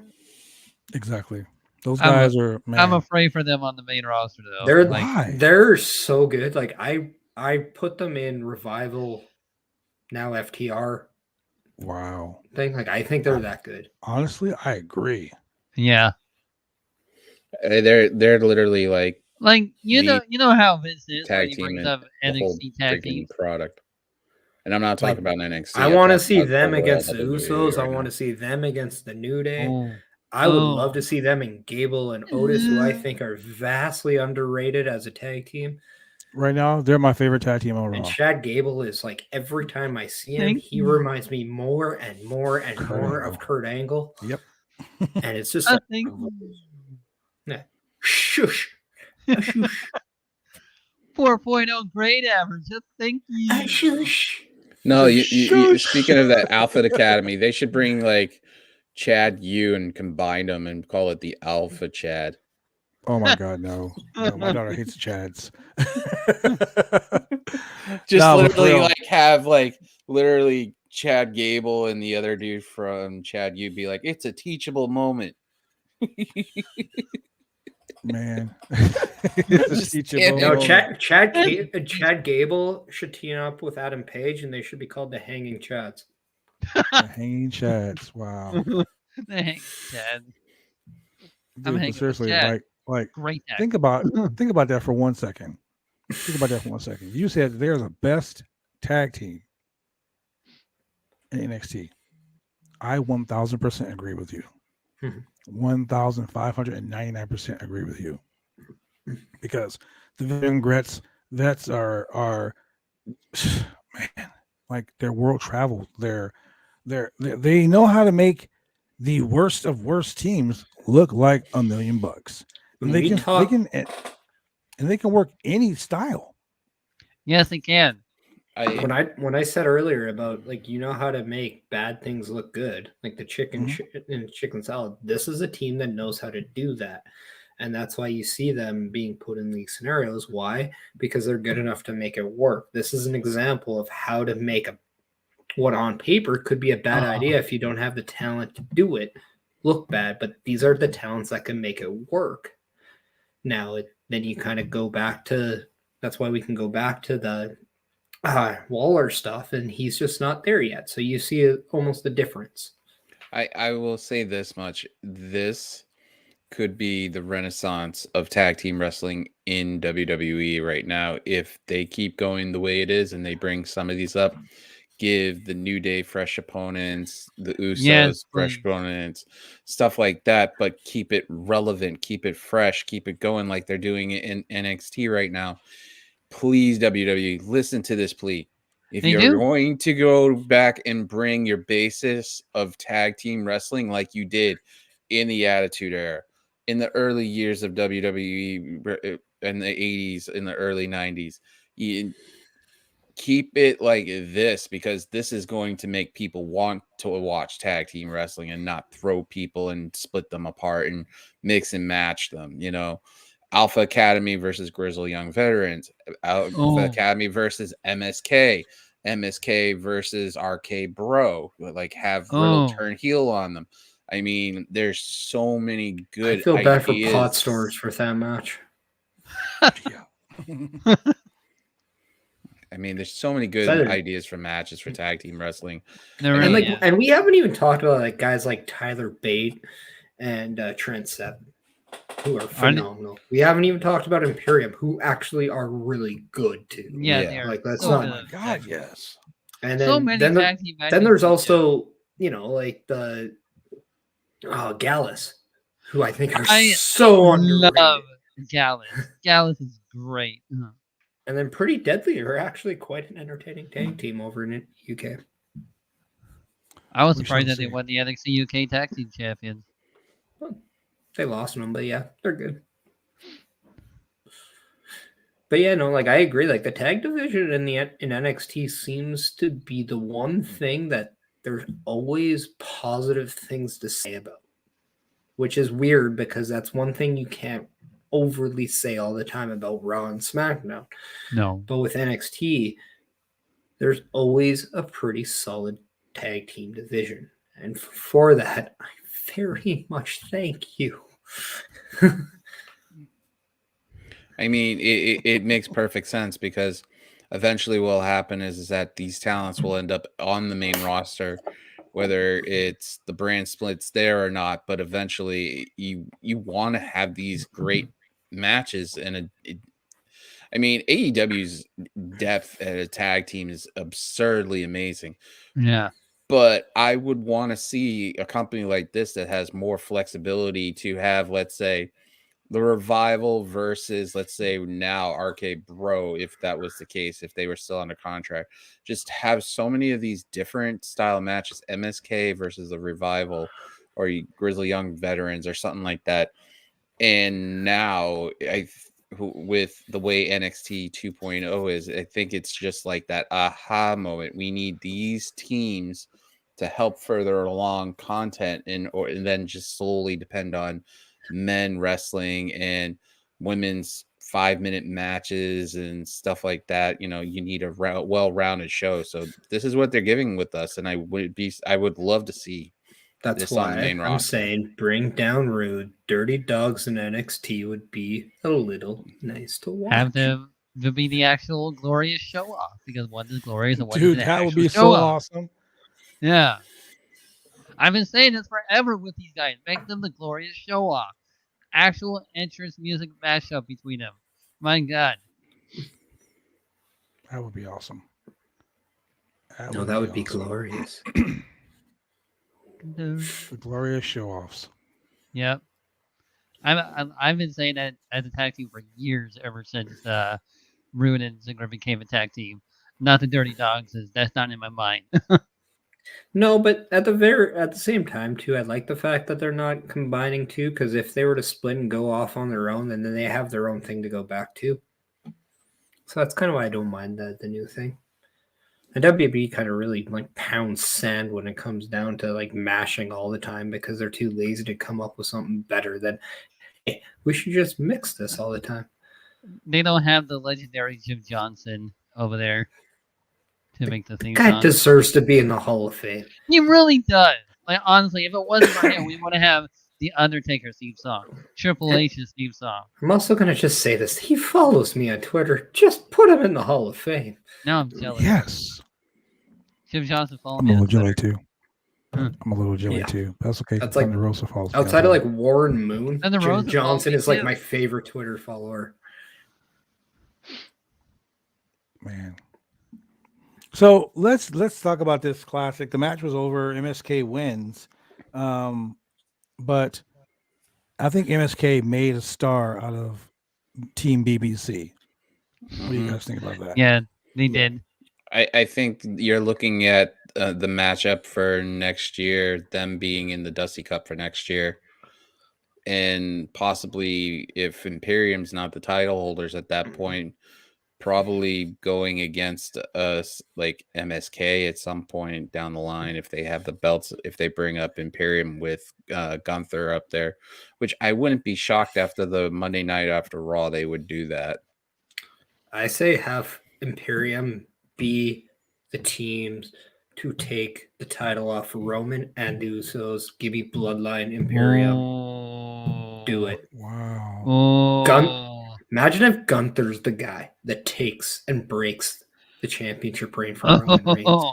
You gave me an idea. Please That's God, let that legit, happen. and it gives it to a new Bro, face. I could just imagine Roman fucking putting that chest protector back on. Pop. Just gonna take the chop. Right. He's like, I don't want this shit. A lot of people would have been flipping through on YouTube all day because, well, doing work and stuff and being on break here and there. Sometimes there's people believing that they're going to pull the trigger and give Goldberg it, and then till like a couple of weeks before Mania, and then pull that trigger on that. I think that's the most reckless idea ever to put out in the universe. I hate Goldberg. I really hate him. I don't like him. He should have Just like Shayna Baszler dating guys, it will never happen. Wow. True statement. Here's the thing that really annoys me about this whole Goldberg thing. And I'm just going to say this before we get to the main event for the show. Goldberg, the WWE, I say this every week. I have 5 reasons WWE why I think is it's stupid. a good idea, by the way. The WWE is stupid. They think the fans are stupid. You guys are all stupid. And I'm going to tell you why they think It we're really all does. stupid. Other people be like, no. Why have- I didn't think that. Why have Sami Zayn win a number 1 contendership to the Intercontinental title just to have a Or the WWE contenders title. match the following week? Why have AJ Styles beat cleanly the United States champion on Raw just to have him in the Elimination Chamber for the world title, and have Kevin Owens beat the United States champion 3 weeks ago, setting up a 3-week push that just got stopped without putting him in a match for the United States Championship. Right. Why have all of these guys doing these championship contenders matches when if you are the number one contender, just give that fucking guy a title shot? Yeah, Well, they're doing the title match next week on Raw. they are. They shared it. Well, yeah, they're doing the title match for the United States title on Raw next week with AJ. But what about Kevin Owens, who won the match? He should 3 be days ago? added in the EC chamber. And Like Kevin they do Owens I with have a United- Alex. feeling that's where they're going, though. Well, Kevin Like, Owens is the number one contender for the United States title, so why have him there? I almost guarantee you that they do something where they end up taking Riddle out and putting KO in. Oh man. They should take out. I mean, honestly, man, they need to take out Austin Theory. Austin Theory. And before we go any further, I think Austin Theory should pin AJ Styles and face AJ Styles at WrestleMania. Yes. AJ actually asked for a match like that. Yeah. Yeah. It's worth all. I mean, Do it for Austin my Theory boy. cleanly pinned Kevin Owens. I mean, so that right there is something in If itself. we're talking about putting over a new guy, AJ Styles can do this Austin with Theory. a loss that does not affect him because he's AJ freaking Styles. And Yep, Austin Theory exactly. is a future of the WWE. Mr. Austin Fan. Theory is so good. He's Yeah. great. He's He's great. my boy. You But better here's the thing appreciate about the Elimination Chamber, and this is why, like, we decided not to do predictions warfare because it's so predictable. Like, Yeah. this $5 million. Elimination Chamber, if Goldberg wins the Universal Championship in Jeddah, that just totally throws away all the storylines that they've been writing for weeks between. Because Goldberg and can't someone take said a it. loss. Someone said it, and it What made do a you lot mean of he sense lost to me. Bobby? No, he didn't lose to Bobby. Lesnar lost to Bobby. Oh well, yeah, we're talking about fucking Goldberg, not Lesnar. Goldberg. Goldberg won't lose to anybody. He did it with the Goldberg Fiend. Goldberg He is the lost to guy who Strowman. destroys gimmicks. Like he destroyed the Fiend gimmick. Goldberg went out there. Goldberg and- lost against McIntyre also. Yeah. Oh yeah, that's right. yeah, that's right. Which I was Also, happy about. Goldberg flat out stated that he didn't think he should have gone over, but it's ultimately not his call. Dude, in his contract, it states that he is to win X amount of championships before his career is Yeah. done. He ain't That's gonna the win a dumbest single thing. one left. Like he's He's not gonna about- win another. And he has a rule stating that he can go over a Vince McMahon's choice. I bet you he faces Big E at Mania. You know, that would be great. I don't want to talk about Biggie though, because my heart hurts for Biggie. Yeah, Biggie, poor guy. Like Biggie is the only person that got traded back to SmackDown with no fanfare. Like, None. Dude got drafted to Raw. They literally went and broke the New Day up To bring just him back. to send him right back down there. Didn't even say shit. Just like, oh, by the way, next week the New Day, Big E and Kofi Kingston. I'm like, on SmackDown. And then Kofi, and then Big E's like, I'm officially back on SmackDown. You just got traded. Officially, he's there. The brand split needs to just stop because like you just Oh, got yeah. traded. And like just have It's like a it's like Aaron main, Rodgers. mid, and tag. It's like Aaron Rodgers being a Green Bay Packer, and you know everyone's like, "Oh man, Aaron Rodgers is going to go to San Francisco." Aaron Rodgers goes to San Francisco for a day and then goes back to Green Bay. What? Really? Why do all that? That's bad. That's really awful writing. That's what that is. Also bad business. If I was a professional athlete and I knew I can mess with fans like that, I'd totally do it. I mean, I fuck yeah. I mean, I if you're a totally heel, do do it. If you're a heel, Aaron screw with Rodgers it. is just in Ohio like this weekend, and everyone's like, "Oh my god, he's going to I Cleveland." mean, don't be like Till AJ Hawk's like, "No, he went to my child's basketball game, and they took a photo with him because he was sat by my wife, so he Oh my just God. shot it all down." Did you see the who was it? They were talking about he's an NXT guy and he was hanging out with an Impact Wrestling person and they took a picture together and it was like, Shane took a picture with Throwback. Oh, Shane now is part of Wiki Crazy Podcast. He left Body Slam. He left the roundtable for that. Like, because they took a picture together.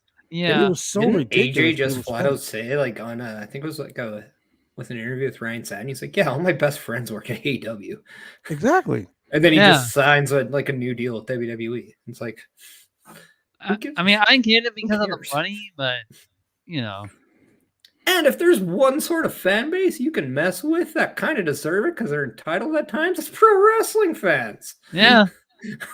Yeah. Yeah. Yeah. Yeah. Yummy. Yeah. Pretty much. Oh my God. You Vince get I'm what just you McMahon- saying, get man. from I that found it one. funny. I found it hilarious that they did that shit. Vince McMahon thinks you're all dummies. Yeah. Because Vince McMahon thinks everybody's a fucking idiot, dude. And people, it's like I said before, it's like an abusive relationship. Like, Yeah. I hope to Wrestling God fans- Shane McMahon's at AEW My tomorrow brother night. That'd Shane be McMahon. hilarious.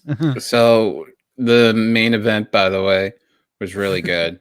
We were getting off track a little bit. Surprisingly, it really was. Yeah. And the thing is that it was going against the clock, and I was looking at It the clock, was. and it was They had, 9:55 here on the East Coast, and I'm like, oh, they're gonna go over the They time are. limit, It went super and quick, too. it seems like they've done it the last 3 weeks. They've gone over the time limit that USA usually allows, or well, it's sci-fi, but still, it's still USA though.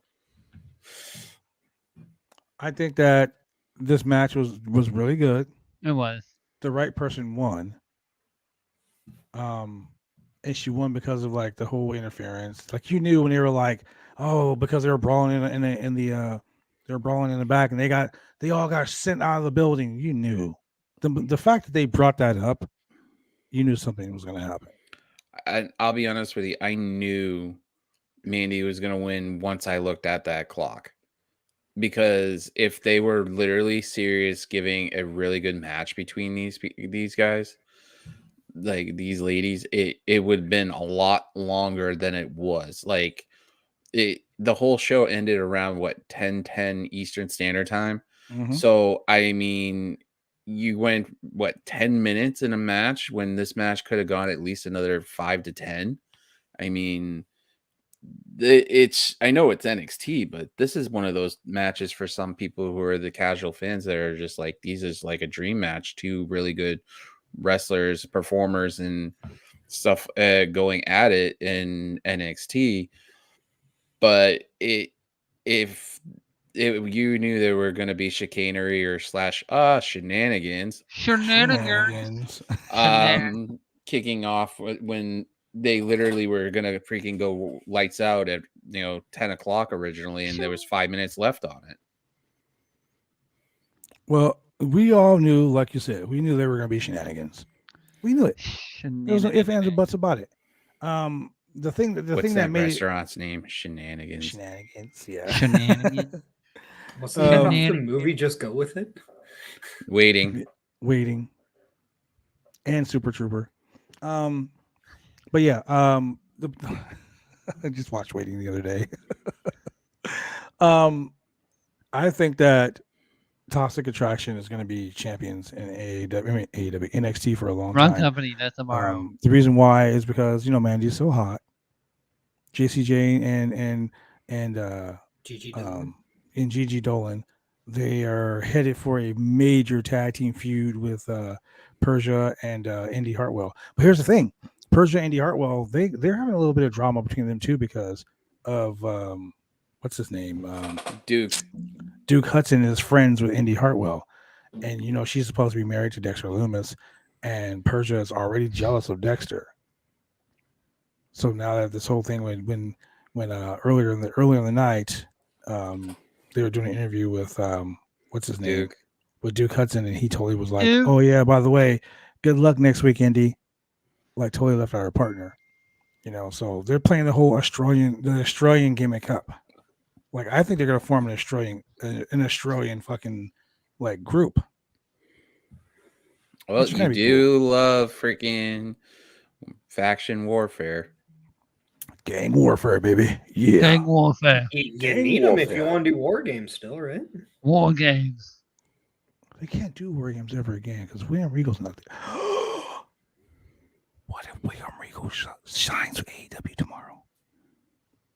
We all know it's gonna be Keith Lee, but I'm just saying, it would be Back awesome. in the glory, damn What it. happens if it's Bray Wyatt? Newly married. Stop it, Persh. Stop it. Do not do that. Do not do. Yeah. God damn it. Now I gotta mute you too. Damn it. Look, Bray Wyatt. Shane has been pitching Bray Wyatt for When have we done that had that creative mind genius? Okay. It could also be Killer Cross, though. We don't know. I don't It could want it be to be Killer both. Cross. It could be everybody. Who knows? Okay, It could so be Barry freaking Horowitz, for all we know. Well, let's just say this, right? It's probably going to be Keith Lee tomorrow night, and on top of that is because they literally stayed local after they're married, after they got married over the weekend. So it's not like they're in like some vacation area and stuff. Mia did her Twitch stream earlier today. So I mean I wouldn't be shocked that Keith's gonna be there and Mia's right behind. Okay, so here's the thing. So this Tony Khan is a smart man because he uses social media better than anyone else, be it good or bad.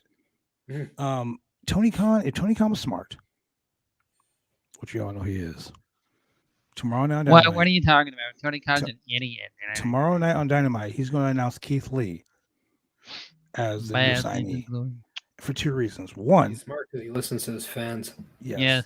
Yeah. What are you talking about? No, but here's the thing. Keith Lee is one of the top black wrestlers currently a free agent. Tony Khan would not be stupid enough to get Keith Lee. Listen, Tony Khan would hire Keith Lee. Keith Lee is one of the top black wrestlers that is a free agent right now. Yes, it is Black History Month. Who cares if he's black? He's just one of the best wrestlers on the free agency. Hear me out, though. Hear me out. He will hire Keith Lee for three reasons. One, Keith Lee is an amazing wrestler. We all know that. Yeah, I know. But Keith Lee has been vocal. He's very vocal on social media. He is a top tier black wrestler. That's a free agent. Yes, he is. It is Black History Month. Okay. And after the Swole incident, Tony Khan is getting so much heat. That's why Tony Khan's not always the smartest guy. Bro, think about it. Think about it. If people are complaining about one thing, Tony Khan's one of those guys that's like, yo, I got my ear to the streets. Unlike the WWE, I got my ear to the streets. I know what the fans want, and I'm going to give the fans what AEW is fan service. Fans want this, fans get it. Unlike Vince, who doesn't give you that, but people.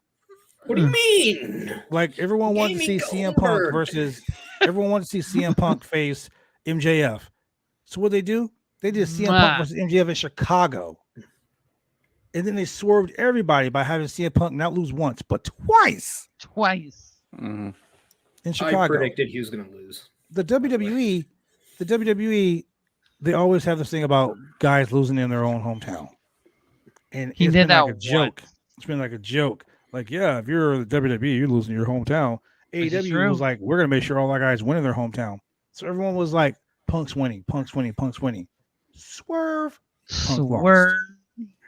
Right? And just when you thought that, they restarted the match, Punk lost again. That right there was a stroke of genius. What they did with Mandy Rose tonight, by having Kaylee Ray be the forever champion, coming into this like the forever champion. They pushed that several times. Kaylee Ray is over the forever 500 champion. days. Over 500 days. She's going to beat. I look for her to win the title tonight. And then she lost. Kaylee Ray lost to Mandy Rose, who they've been pushing as, oh, she's so sexy. Oh, she's so hot. Oh, she's doing photo shoots in the pool with her belt. Like, they've been pushing the fact that she's so hot that's it. Oh, my God. I just saw something that just threw my mind away, guys. What? Bray Wyatt and Braun Strowman return to the WWE. You're lying.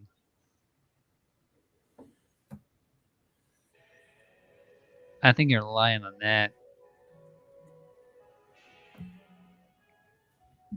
Proof or it doesn't happen. We begin today's wrestling news and rumors video with some news regarding former AEW World Trophy. I'm Tammy, and the commercial.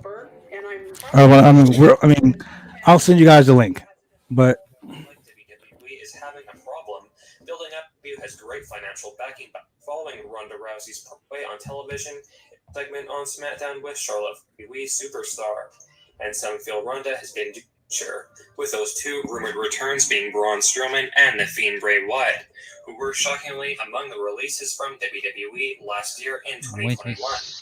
Apparently, while many of the releases from WWE last year were essentially permanent and done as a way to save some money, with WWE feeling most of these talents were no big loss to the company, we have been told that both The Fiend Bray Wyatt and Braun Strowman were considered temporary releases, and big-name superstars that would likely be brought back to the company in the future when Vince McMahon actually has plans for them, which was not the case when Strowman and Wyatt... So here's the thing about that. Think about that for a second. Why do you think Bray Wyatt hasn't signed anywhere? Why do you think Braun Strowman hasn't signed anywhere? Isn't he in a faction with Karrion Kross in the EC3 in the Free Your Okay, Narrative? yeah, but they're on the indies. They're on the indies doing that. Free the Narrative is not a wrestling company. Also, if Vince comes in and be like, "You guys want $1 million?" and they're like, "Yeah, we do." And yeah, well, Braun Strowman was making $4 million a year on his contract. And Bray was making way more than that.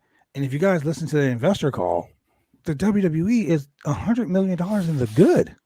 They're $1 billion in the good, but they have $100 million of tax-free money. Who do you think owns the name The Fiend? It ain't Bray Wyatt. That's a WWE trademark. And because of that, Bray Wyatt, or is known as Bray Wyatt. Wyndham Rotunda. Yeah. He's using that name because he's trying to get into movies. Yeah, Well, I'll tell you this. That's a shocking story for another day. I'm going to investigate that before we report it on this podcast. Would it really shock people that they went back to where they chose that they didn't really want to leave? Like, it's not like both those guys wanted to go from WWE in the first place. And Bray Wyatt is a WWE guy. Like when he really is. He didn't work the indies. He was like one of those guys that was like bred in WWE. Braun Strowman, was a power lifter, a strong man. He wasn't a wrestler before that, so he's a WWE guy too. So I mean, it is what it is. Good luck to them both. But before we go, I gotta plug some things real quick for the show, for the podcast. I know Throwback, you're on the Twitch channel. Talk about the Twitch channel.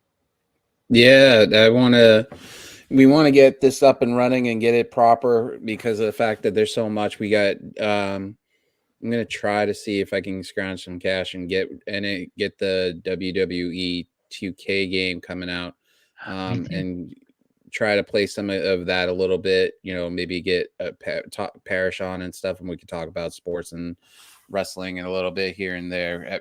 I want to get that bodyslam.net Twitch channel up and running perfectly, alongside with the Wicked Crazy Pinfalls Twitch channel too, because with what works with one works with the other kind of idea. So I mean, it's going to be fun when we get this all up and running. It's going to be bodyslam.net kind of idea. That's funny. So, I mean, other than that, we got a lot of stuff coming up anyways this week. So, you've got your stuff with the post shows coming up this week, and Wicked Crazy Pinfalls will be on Thursday at 8:00. If you want to come by, say hi, and just chill out with us every Thursday night. And then I'm usually always here on Tuesdays. So I'll be able to do a lot more stuff when I go on vacation at the end of the month. So that will be fun. What about you, Paris? What you got coming up, my man? Well, now that I'm COVID free, I'm back to work. I'm back to defending this beautiful championship this Saturday night. It's pretty. At the Birdie Belt. Well, thank you. It's not going anywhere, so don't get a little. But don't let your eyes fool you that it's available or anything. No. It's like a taking gal. Hey, my man, you're part of the COCKs, so as long as you hold the championship, I got your back, brother. Balls out. That's what she said. Oh man. But yeah, no. So I got that, and then of course Sunday's the Super Bowl. So who's not enjoying that? So I mean, hopefully I get to see Joe Burrow win a Super Bowl. That would be pretty pretty cool. Shout out to Sean Rossett, man. Freaking his Bengals are in there. Yeah. Look, you know what? Shout out to Sean Ross's Bengals, okay? The Bengals, yeah, they made it to the Super Bowl, but you know what? I ain't happy. I'm not happy. You're a I was in Chiefs Los fan. Angeles, California last weekend. Oh. And the Yeah, you hotel were. that I've stayed in had all the Rams players in the hotel. Wow. And do you know the NFL experience was going on in my hotel? No. And I couldn't go down to the bar. I couldn't get breakfast because all those damn NFL players that weren't Green Bay Packers were down there just taking up all the room. Then you should get mad at the Rams, not the Bengals. And Yeah. you know what? I'm proud of the Rams because for the first time in the Fuck whole them. history of the NFL, the home team is hosting the Super Bowl. It was and last playing year, in the too. Super Bowl. The Bucks won it at home. Yeah. No, it wasn't last year, was it? It was Yeah. Tampa Bay. This is the Tampa second Bay year. was in a Really? row. Tampa Bay. Well, Yeah. shut my mouth. Fuck the Rams. Okay. Yeah. And if they would have beat the damn 49ers a month ago, then my team would have been in the So Bay. so Green Bay let's would've been just say Super Bowl, this so yeah. much. Someone went back the last five or six Super Bowls, and whoever won the coin flip at this thing, so like how everybody's like betting money on this stuff, Oh man. lost the Super Bowl. I'm about Huh. to shoot some real knowledge to you guys real quick. Damn, It's somebody about to about be- the old depth. It's about to be real bad. Okay, I'm about to say this to it, and it's gonna like probably get some heat, but I don't care. Football is staged. Well, yeah. What? Look, Why do you No. think the let me tell you Rams why. made the Super Bowl against the Nuh-uh. Patriots? Let me look, Nuh-uh. I'm gonna lay it out. I'm gonna lay it out for you, conspiracy theorists out there. Sami Zayn, where you at? Man, give some hacks. 7 Super Remember- Bowls? Come on. Remember when they had that? Okay, remember when the World Trade Center thing happened? Everyone was all about being Patriots, right? Mm-hmm. Who won the Super Bowl that year? The Patriots. Tom Brady. Remember when Louisiana had that horrible storm that totally just wrecked the whole country? Who won the Super Bowl that year? The Saints. No, we didn't win it that year. Yes. Go back and look. The Katrina Saints. wasn't in 2010. No, go back and look. I'm saying the Saints won the Super Bowl that year. Then, remember when a certain quarterback was going to retire from the NFL? Yeah. Who won the Super Bowl that year? Hey, the Saints did not win last year when Bruce retired, all right? Shh. Don't need to bring up bad things. Not How that dare guy. you? Oh, How dare man. you? Look. So whenever something huge is happening, like this whole thing with the Rams are in the Super Bowl. They're in LA. The Rams are going to win the Super Bowl. I'll put money on it. I bet you Just have saying. Canadian dollar. Exactly. One whole Canadian. We but- also call them a loony because we have to be different. Yes. Being So different from let's get other down to people. paying some bills real quick before we go. This Can't show pay is brought to you those by loonies. BuySam.net. You can find us all on www.buySam.net if you want to find out all the news, all the cool stuff. If you want to be one of those people that watch this show, you want to help support the people on this show. If you want to be like that, you can donate to Where? BuySam.net Oh, hell yeah. to keep the website going Mm. so we can continue to bring you a wide and entertaining variety of pro wrestling, And now for wrestling. MMA related content. I'm sure all you do too. Simply go to www.slamchats. Say it one more time. www.slamchats.com. Mm. It doesn't go there. That's what she said. That just sounds wrong. Ladies and gentlemen, thank you for joining us here on another exciting installment of NXT 2.0 review here on BuySam.net. For your boy Throwback, for the man, the chair, Shane Husky, for the champ with the most straps, that right there, your boy, the franchise player. And that dude right there, show us your championship again, sir. Not that one. Show us your championship, Mr. Parrish. For the man. I gotta use 2 hands because it's so heavy. Sweet Oh, silver yeah. and black right there. There's your boy Parrish. And we are here every Monday, Tuesday, Wednesday, Thursday, Friday, Saturday, Sunday. We are here 7 days a week to entertain the masses. See you tomorrow night, ladies and So, gentlemen. we're on going the to be Roundtable reviewing Wrestling Impact now? Say what? Movie review and Impact now since we're here like 7 days Shut a your week. pie hole, loser. We will see you next. We will see you guys tomorrow night live on the Roundtable Pro Wrestling Podcast when we have Rhapsody's Phil Lindsay joining us as we talk about AEW. Peace.